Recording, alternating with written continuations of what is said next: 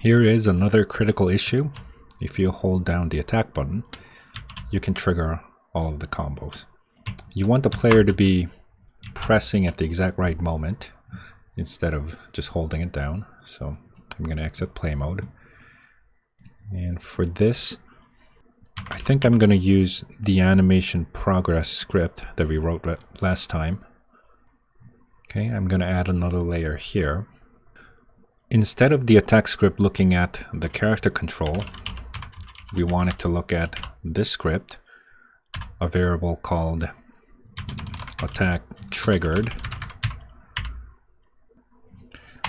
And we want to define the timing, max press time, as a public variable.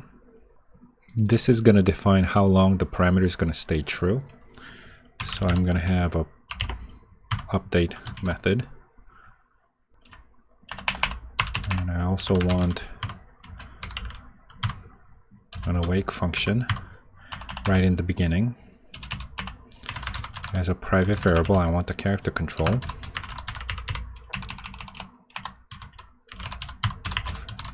Get component in parent. We want to do this in the beginning of the game.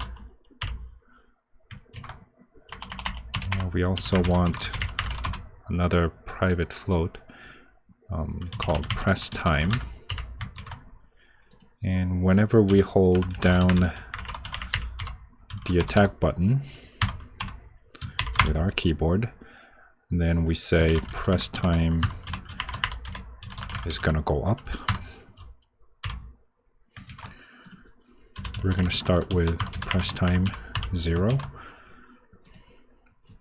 And if you let go of the button, press time goes back to 0. And whenever press time goes back to 0, attack triggered is false. Or if the press time is longer than the max press time, attack triggered is false. And for every other situation, attack triggered is true.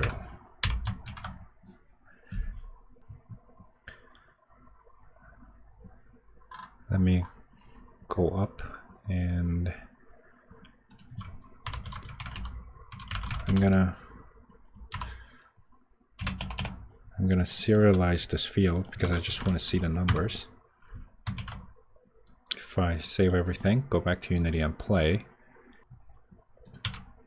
So if I look at the player, if I look at the press time, if I hold the attack button, time goes up. If I let go, it goes back to 0.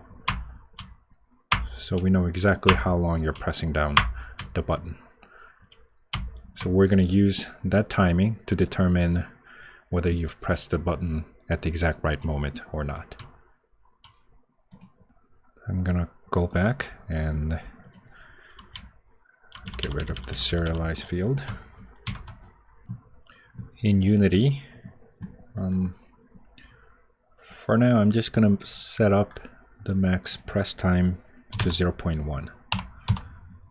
So after 0.1 second, even if you hold down the attack button is going to go back to false. Apply. Now I'm going to take a look at the attack script.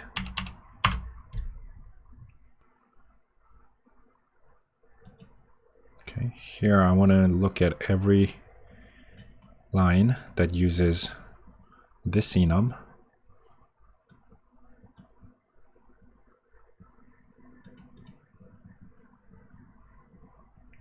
Okay, here. So instead of looking at the attack variable, we're gonna look at the animation progress, attack is triggered. So this variable is now going to determine whether you trigger the attack or not. Let me check for other lines. Again, here we have added another layer. So instead of looking at attack, we look at the variable that is built on top of this trigger.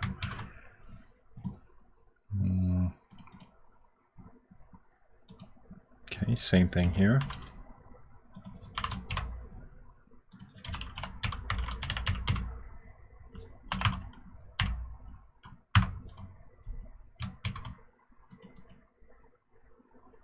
Okay, I think that's everything.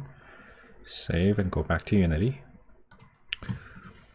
If I click play, and if I hold down the attack button, nothing's going to happen. Other than the first attack, I need to press it again to trigger the next combo.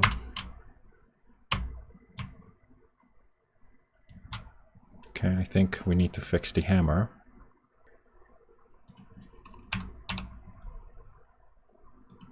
If I look at the animator,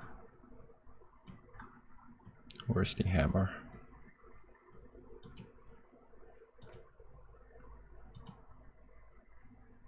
Okay, I think we need to fix the indexer. I think the indexer is still looking at the attack variable.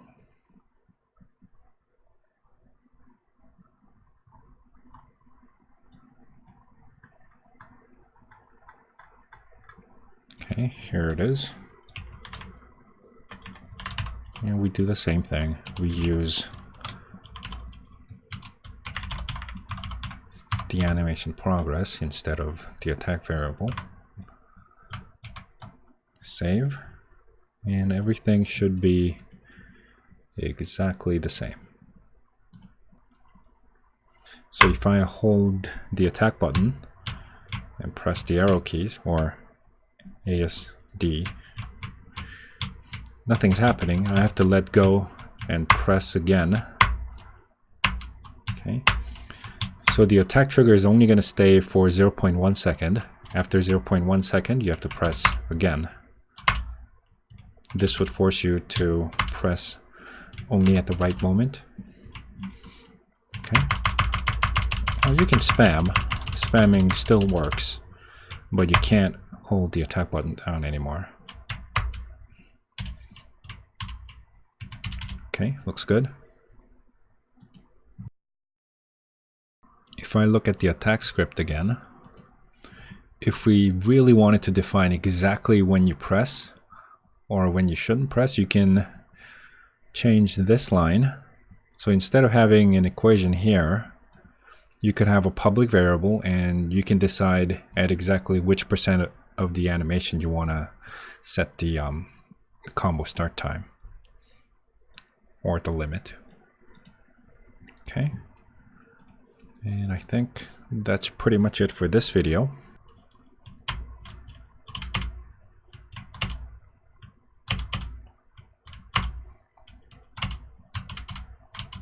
Okay, everything looks good.